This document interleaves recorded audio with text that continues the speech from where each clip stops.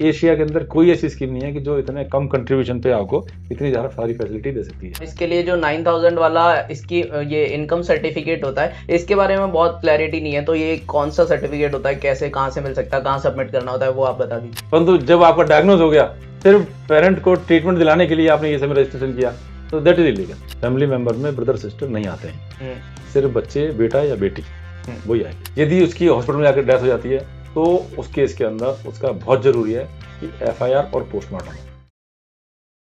Okay sir, तो अब इसको अपन एम्प्लॉय की तरफ लेके चलते हैं। अब एम्प्लॉयज़ को जो रोज़मर्रा ज़िंदगी में एसआईसी से रिलेटेड प्रॉब्लम आती है, उनको इनकाउंटर करेंगे। उससे पहले जो हम लोग कंपनी के लिए बता रहे थे, तो ऐसा भी नहीं होता कि हर जगह कंपनी कंपनी लायबल होती है, फैक्ट्रीज़ लायबल होती है। कई बार वो करवाना चाहते हैं एसआईसी के अंदर एनरोल उनके एम्प्लॉयज़ को, बट उनके एम्प्लॉयज़ ही उनको डॉक्यूमेंट प्रोवाइड नहीं करते, क्योंकि वो चाहते हैं कि भई 100-200 भी हमारी सैलरी से नहीं कटना चाहिए।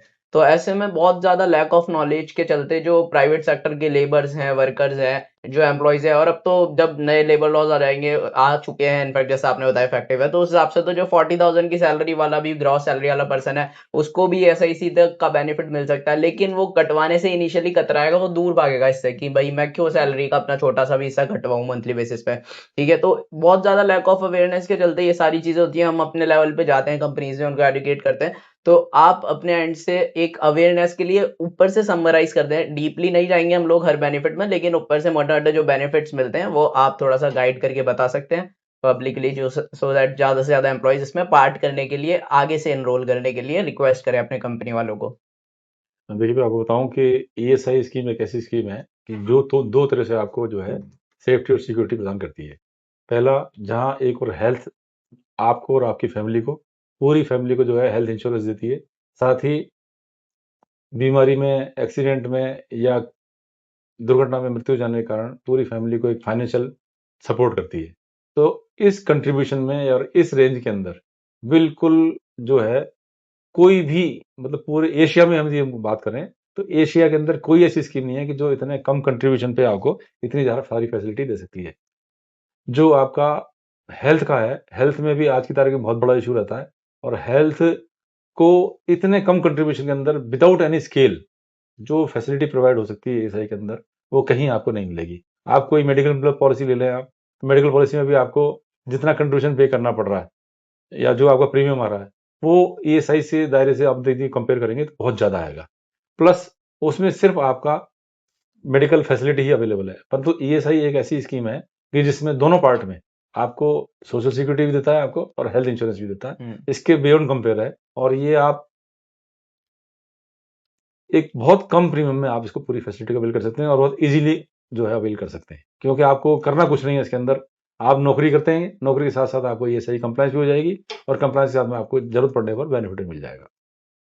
कंपैरिजन बल्कि इस चीज का होना चाहिए एम्प्लॉय के एंड से कि हमारा एनरोलमेंट हो जाए। लोग हाँ, इस चीज के लिए वो होने चाहिए अवेयर कि भाई हमारा एनरोलमेंट हो रहा है, ये हमारे लिए अच्छी बात है, बड़ी बात है। क्योंकि जो हायर सैलरी वाले लोग हैं सर, 1 लाख मंथली है, 2 लाख रुपए मंथली है, ये सब लोग अपना इंश्योरेंस करवा के रखते हैं, और बहुत, जैसा आप बोल रहे हो, बहुत हाई प्रीमियम होता है। जैसे कि आप 10 लाख रुपए तक का भी कवरेज करवाने जाओगे एक्सीडेंटल, तो 10 लाख के लिए आपको साल के 10,000 रुपए बढ़ने बढ़ रहे हैं उस चीज के लिए। ये एक मैं जनरल आपको आइडिया बता रहा हूँ। उससे भी कॉस्टली अगर आप और अच्छी कंपनीज में जाओगे तो आप देखोगे 1 करोड़ तक के लिए अगर आपको कराना है तो आपको बहुत हाई अमाउंट पे करनी पड़ रही है सालाना। तो इस चीज के लिए एम्प्लॉयज को आगे से भागना चाहिए, एम्प्लॉयज बल्कि दूर भागते हैं, ऐसा बिल्कुल ही गलत है। लेबर्स के साथ में यूजुअली ऐसा होता है, जो फैक्ट्री वर्कर्स होते हैं वो नहीं इनरोल करवाना चाहते, तो उनका जो बेनिफिट एकदम बेसिक से जैसे अपन स्टार्ट करते हैं, जैसे कि ईएसआईसी कार्ड बनता है, तो उसके अंदर कौन कौन कवर है, किस किस को कैसी फैसिलिटी और अप टू किस लिमिट तक मिल सकती है, वो आप थोड़ा सा बता दें, जो सबसे ज्यादा अट्रैक्टिव इसका बेनिफिट है। ईएसआई स्कीम के अंदर जो डेफिनेशन है फैमिली की, वो सब पूरी फुल स्केल तक मेडिकल केयर के लिए एंटाइटल हैं।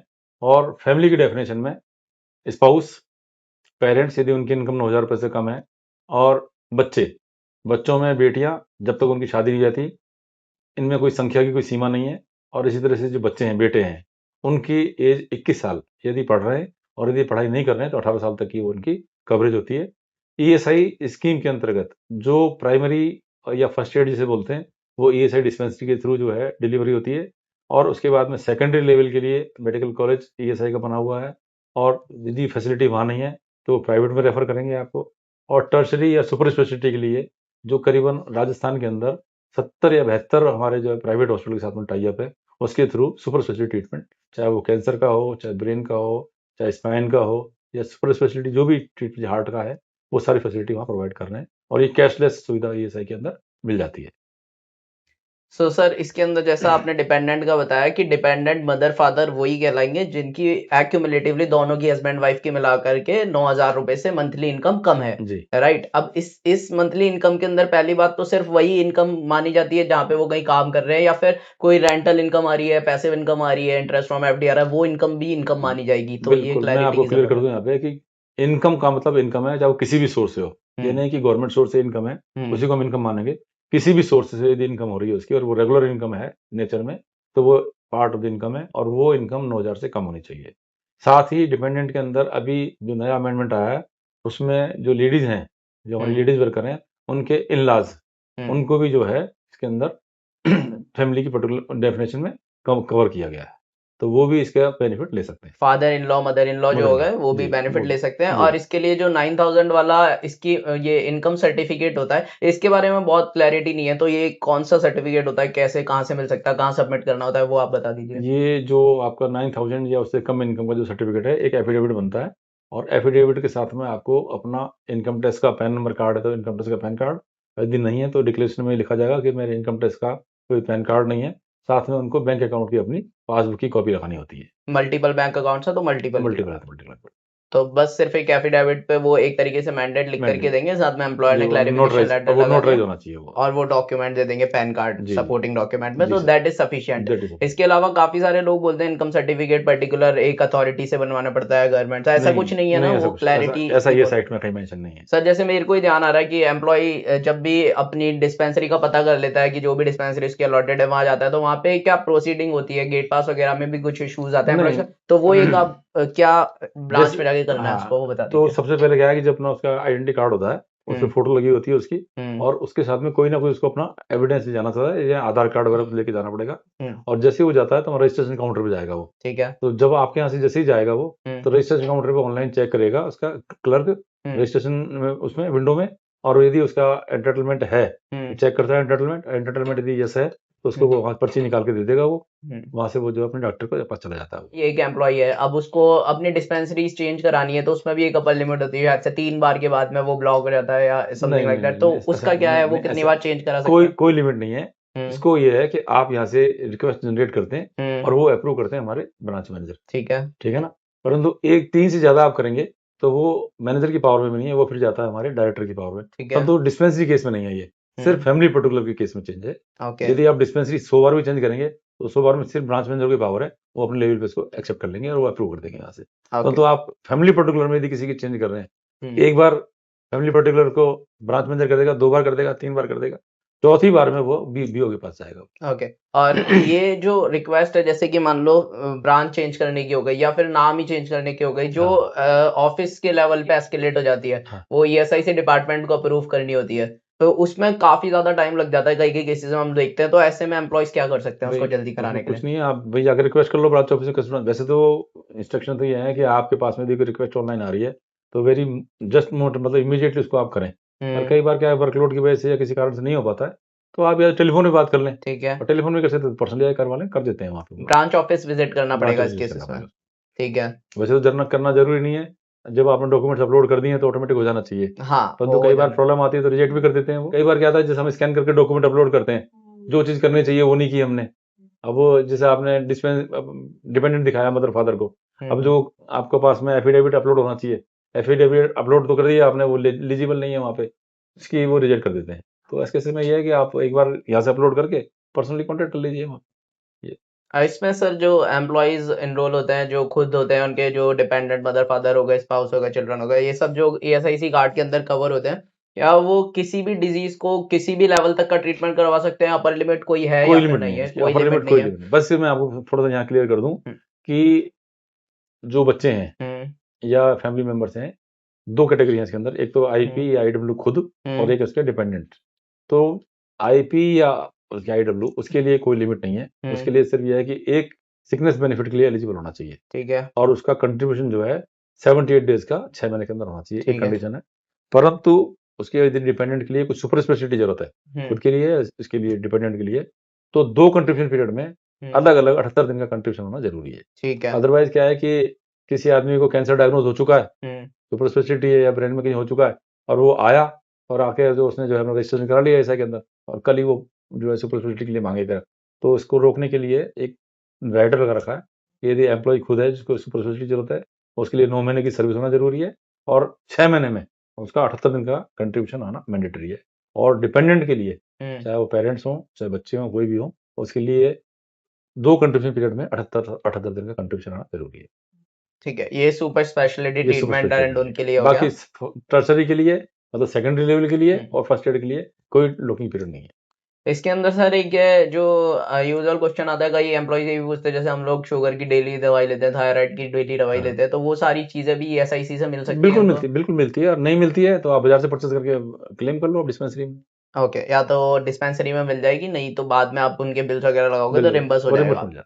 वो दोनों के लिए होता है, एम्प्लॉय के लिए प्लस सबके लिए, डिपेंडेंट सबके लिए। राइट। एम्प्लॉय की फैमिली में अगर किसी को पहले से डायग्नोस है कोई बीमारी, जी, मतलब आईपी के पेरेंट्स को, तो आईपी का कॉन्ट्रीब्यूशन काफी टाइम से चल रहा है, मान लीजिए 5 साल पुराना है, लेकिन अभी शायद अपने किसी को मना करा था ना, कि उसमें केस में मना कर दिया था कि फैमिली के उसको मतलब ये डायग्नोस कैंसर ही है मान लीजिए पेरेंट को, तो वो पहले से डायग्नोस हो चुका है, इसलिए हम ईएसआई में फैसिलिटी नहीं देंगे। नहीं ऐसा नहीं किया होगा। वो क्या है कि डायग्नोस के बाद में रजिस्ट्रेशन आपने बाद में किया होगा इसका।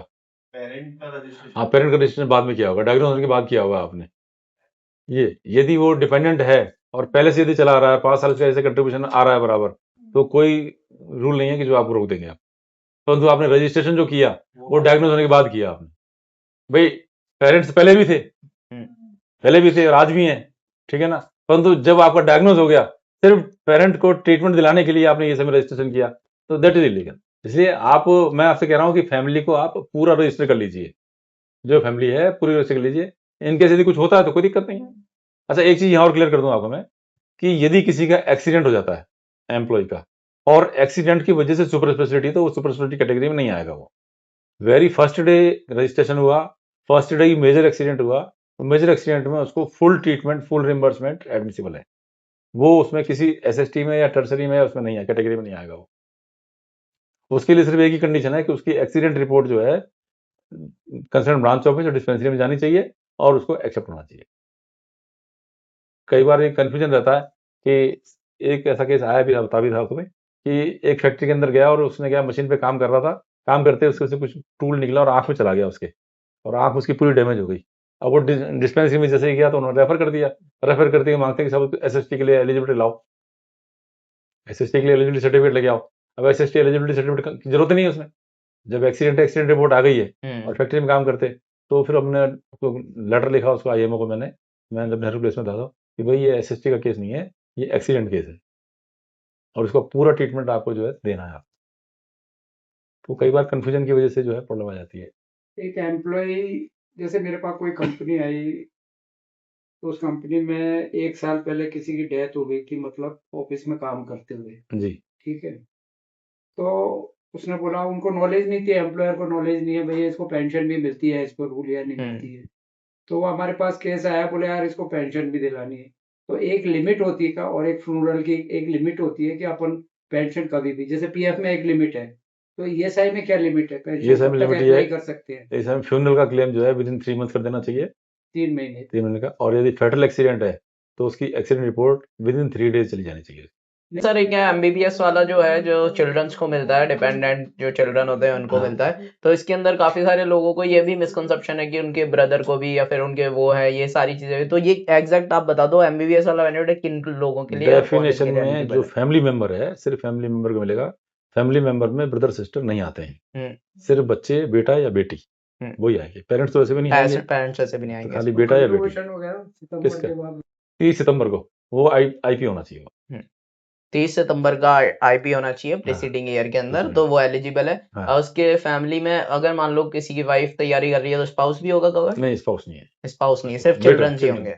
और क्योंकि उनकी एज ये जो लिमिट, वार्ड कोटा है ये, और इनकी एज लिमिट, इनकी एज लिमिट तो जो नीट ने डिसाइड कर रखी है वो है 21 साल। 18 ओके साल 21 साल जो भी है। एक चीज और है, मैं एम्प्लॉय के पर्पज से पूछ रहा हूँ। जी जैसे कोई फैक्ट्री में काम कर रहा है, वो फैक्ट्री छोड़कर अपने घर जाता है, जी रोड एक्सीडेंट में उसका मेजर एक्सीडेंट हो जाता है, मतलब फ्रैक्चर वगैरह हो जाता है, बिल्कुल तो उस समय लोग बाग उठा के उसको नियरेस्ट हॉस्पिटल में एडमिट करा देते हैं। जी बाद में उसके परिजन वगैरह आते हैं, तो उसके बाद एम्प्लॉयर हमको इंटीमेशन देता है कि ऐसे ऐसे उसका एक्सीडेंट हो गया। अब एक्सीडेंटल रिपोर्ट भरते हैं तो उसमें 2 विटनेस भी मांगते हैं और कई चीजें मांगते हैं फॉर्मेलिटीज। उस पीरियड में विटनेस कौन होगा और किस तरीके से अपन इंटीमेशन देंगे ईएसआई को कि हमको वो जितना भी खर्चा हुआ है वो पेमेंट मिल जाए। मैं आपको क्लियर कर दूं, देखिए सेक्शन 51D जो है वो रोड एक्सीडेंट को डील करता है, जो पुराना ये सब्जेक्ट था। अब होता क्या है कि प्रोविजन ये दिया हुआ है कि ड्यूटी के लिए घर से आना और घर से ड्यूटी के लिए वापस अपने घर जाना, ड्यूटी से घर जाना खत्म करके। यदि उसकी जो रूटीन है, जैसे सपोज कीजिए अगर एक आदमी शास्त्री नगर रहता है और शास्त्री नगर से और उसको जाना है कहाँ पे, VKI जाना है, तो शास्त्री नगर से और जो ऑर्डिनरी रूट है उस रूट पे जाते समय आते समय एक्सीडेंट होता है, तो वो उसको एम्प्लॉयमेंट इंजरी मानते हैं और एक्सेप्ट होता है वो। प्लस सबसे इंपॉर्टेंट काम है कि उसका टाइम, कितने बजे ड्यूटी है उसकी और घर से कितने बजे रवाना होकर के, जो एक नॉर्मल टाइम लगता है। सपोज करिए शास्त्री नगर से VKI जा रहा है कोई आदमी, तो उसको एक मान के चलते हैं कि आधा घंटा 40 मिनट लगते हैं। तो जो एक्सीडेंट का टाइम है उसकी ड्यूटी स्टार्ट होने से 40 मिनट के अंदर अंदर होना चाहिए, या ड्यूटी खत्म होकर के वापस वो शास्त्री नगर आ रहा है तो वही आधा पौना घंटा 1 घंटा लगना चाहिए उसको। तो सपोज करो 6 बजे निकला तो उसको 6:40 या पौने 7 बजे के बीच में उसका एक्सीडेंट होना चाहिए। वहां तक तो कोई दिक्कत नहीं है, पर उसकी प्रॉब्लम जब आती है कि दोनों चीजें उसके अंदर मिसमैच होती हैं। पहली बात तो ना तो रूट मैच हो रहा है ना टाइम मैच हो रहा है। तो इसके अंदर जो इंपॉर्टेंट चीज है कि ना तो रूट, यदि एन रूट है कोई दिक्कत नहीं है, विद इन टाइम है तो कोई दिक्कत नहीं है। सपोज करो कोई आदमी ड्यूटी खत्म हो गई और वो पहले चला गया अपने दोस्त के घर या अपने घर चला गया, वो अब रूट होकर के लंबा होकर के आ रहा है वो, तो 3 घंटे बाद में एक्सीडेंट हो रहा है और उसकी एक्सीडेंट रिपोर्ट आ रही है, तो वो एक्सेप्ट नहीं हो पाएगी। इसके अलावा यदि आपके पास में वो कोई जरूरी नहीं है कि किसी आदमी के एक्सीडेंट के बाद में हम उसका विटनेस दें, विटनेस नहीं है कोई बात नहीं है भाई, और कुछ नहीं तो कम से कम HR जो है या जो सेठ है वो तो विटनेस बन ही सकता है ना, क्योंकि सबसे पहले इंटीमेशन किसके पास गई, कोई भी रेस्पॉन्सिबल आदमी होगा, कोई फ्रेंड होगा, जिसके पास भी इंटीमेशन है उसका नाम दे दीजिए, एड्रेस दे दीजिए, कोई दिक्कत नहीं है। क्योंकि अच्छा, कोशिश ये करें हम कि उसके जितने दूसरे जो गवर्नमेंट डिपार्टमेंट हैं वो उसके डॉक्यूमेंट्स हमारे या एविडेंस बन जाए। मेजर एक्सीडेंट है, फेटल एक्सीडेंट है, उसकी FIR हो। यदि उसकी हॉस्पिटल में जाकर डेथ हो जाती है तो उस केस के अंदर उसका बहुत जरूरी है कि FIR और पोस्टमार्टम हो। जनरली देखा जाता है कि एक्सीडेंट हुआ, एक्सीडेंट होकर के डेथ हो गई, कई बार तो होता है कि डेड बॉडी हॉस्पिटल गई तो उसका आपने क्या है कि पोस्टमार्टम नहीं कराया। अब पोस्टमार्टम नहीं कराने से आपकी प्रॉब्लम क्रिएट हो जाएगी, क्योंकि कोई भी आदमी ये बताने के लायक नहीं है कि कैसे तो एक्सीडेंट हुआ और कहाँ हुआ। तो FIR और पोस्टमार्टम 2 चीज होने से उसका केस बिल्कुल पक्का हो जाएगा। और बहुत सारे ऐसे केसेस होते हैं कि उसका एक्सीडेंट होता है कहीं और वो ये शो करता है कि क्या एक्सीडेंट कहाँ हुआ, उसके साथ ड्यूटी पे आते हुए या घर से जाते हुआ। तो ये एंश्योर कर लीजिए, क्योंकि वो प्रूव करना अपनी जिम्मेदारी है। ये एम्प्लॉयर की जिम्मेदारी है कि एक्सीडेंट यदि वो अप्लाई कर रहा है, वो इंटीमेट कर रहा है, तो वो प्रूव करे वो कि ये एम्प्लॉयमेंट से रिलेटेड उसका एक्सीडेंट है ये। ऐसे केसेस में सर जो एम्प्लॉइज, ये तो आपके यहाँ इन जनरल एम्प्लॉइज का बता दिया कि जी टाइम और रूट मैच होना चाहिए, ऑफिस आ रहा है ऑफिस से घर जा रहा है, जी बट ऐसे केसेस में क्या कर सकते हैं, जैसे कि सेल्स पर्सन है कोई किसी कंपनी का, उसको सेल के लिए वो आउट ऑफ सिटी भी भेजते हैं कई कई 2-3 जी दिन के लिए, जी तो वो उस केस में क्या करे, उस सिटी में दूसरी सिटी में एक्सीडेंट होगा उसका, तो वो कवर है कि नहीं है वो सेल्स बिल्कुल वाला कवर है पर्सन? उसका। जब से वो अपने हेडक्वार्टर से रवाना हुआ और हेडक्वार्टर तक जब तक नहीं आ जाता है तब तक entire period in excluding office hours भी वो कवरेज में है वो।